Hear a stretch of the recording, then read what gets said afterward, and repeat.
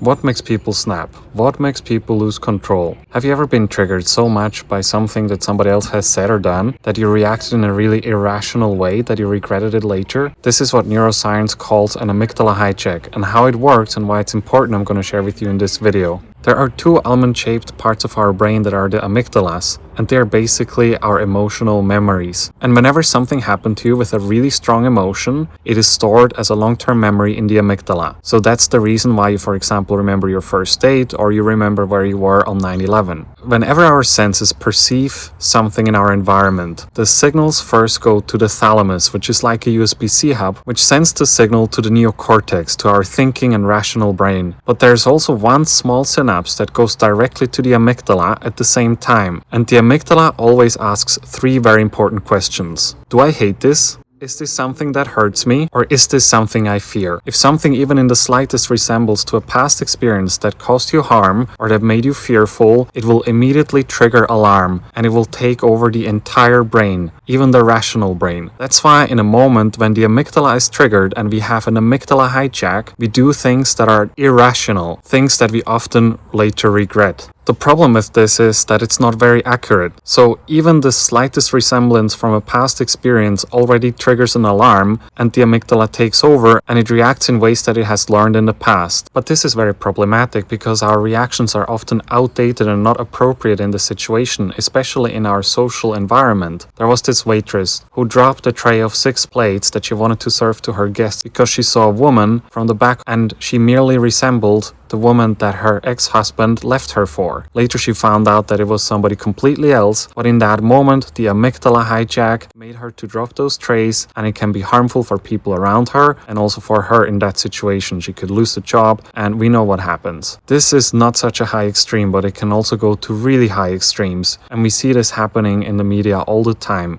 So it's important that when we recognize that we are being triggered in a moment and we want to react irrationally, that we take a step back from the situation. We maybe go for a walk, we just take some distance, and we allow our brain to settle down, because the rational mind hasn't had time to assess the situation and to find an appropriate response. So it's better to get away from the situation and take some time for yourself before you act. Because if you are reacting in the heat of the moment, in the heat of your primitive reaction, it can be very detrimental in your life. Check the video link below where I go more into detail about this.